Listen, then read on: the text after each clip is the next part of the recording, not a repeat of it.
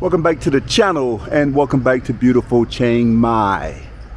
So for those of you who are new to the channel, my name is Fred and I've lived here in Chiang Mai going on 18 months now.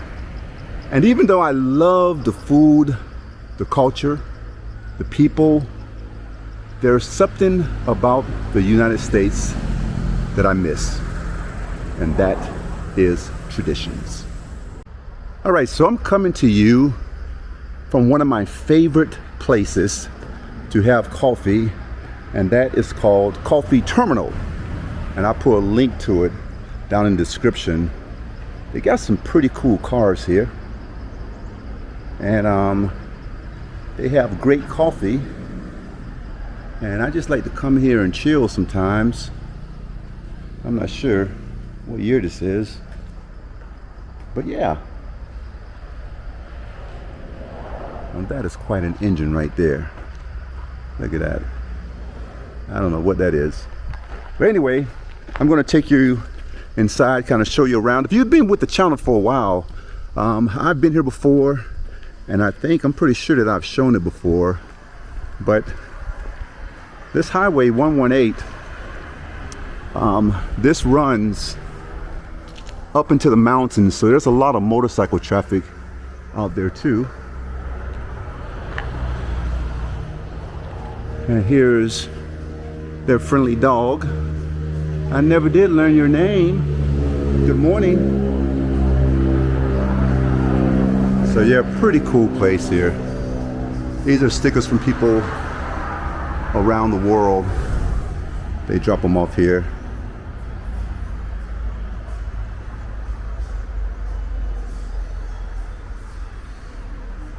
All right. Coffee Terminal.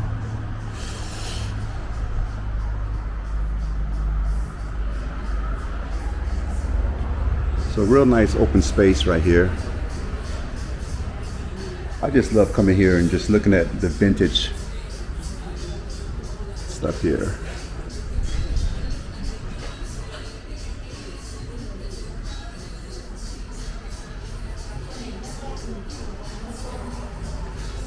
This right here where Dana and I usually sit when we come here and have coffee. But yeah, they got old record players here. A little bit of everything.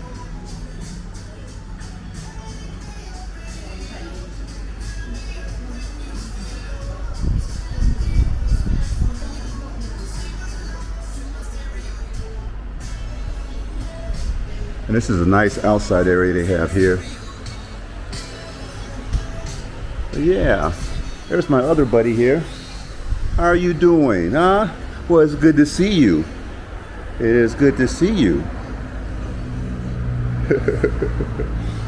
All right, so I'm gonna grab some coffee and then we're gonna have a conversation about why I miss the traditions here from back home in the United States. So let's get there. All right, so I want to preface this video by saying that Chiang Mai has given me a lot, and I love this place. But there are times where I become a little melancholy. I don't know. I reminisce for some of the traditions at home. And I'm going to start with, I guess, the obvious, and those are the holidays.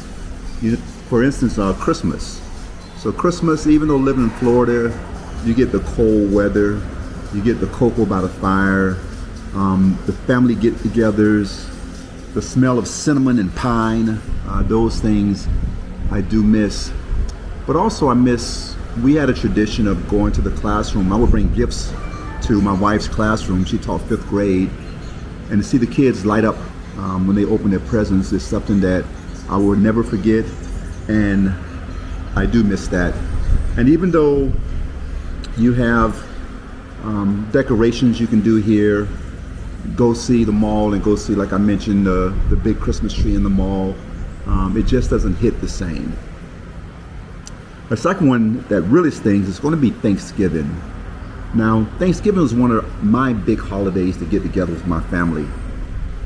And the thing about Thanksgiving, I don't think I've even seen a turkey over here. As far as, so, you know, getting together with family It's a time of gratitude. It's a time of sitting around the table with stuffing and mashed potatoes and even a little argument sometimes. You miss some of the drama of that part of it. But if you're not careful, also here, Thanksgiving can just be another day, that goes by. And that for some people, they may see these relatives only once a year, maybe twice a year. And Thanksgiving would be that time of day to kind of catch up with everyone in such a really fast-paced society, And don't forget about sitting on the sofa after that Thanksgiving meal and falling asleep before halftime of the football game because you're stuffed, And so, yeah, Thanksgiving is another one of those holidays I miss. Now, 4th of July.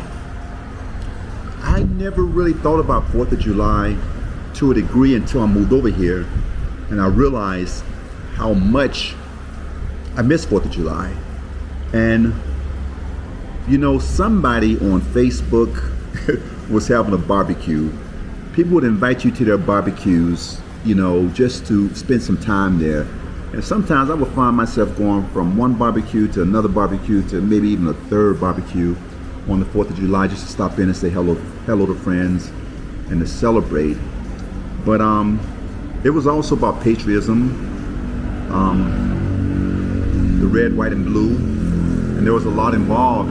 And for me, it was a step further because I was expected through my job with the sheriff's office to attend the 4th of July parades. And that may mean one in the morning, one in the afternoon, and maybe another in the evening. And so that tradition of 4th of July, the parades, if I close my eyes, I can just visualize kids that I had in school when I was a school resource deputy. They're now standing, they're now standing there with, their kids. They may have been my student 10 years ago, 15 years ago, and now they have their kids there. Even people that, I formerly worked with, former co-workers I get to see, in the crowd. So those holidays that pump the parades, those are something that I really miss as well. The third holiday that really hits home with me was Halloween.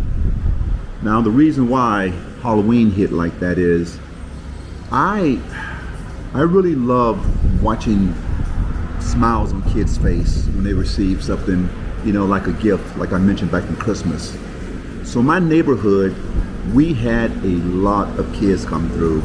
I mean caravans of kids. And I was behind that door that you would knock on, and when I opened that door, you were gonna get a full-size candy bar. That's how I rolled.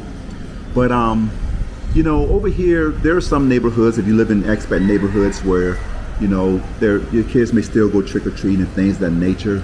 But overall, Halloween is not the same here, and it's one of those things where you don't think about much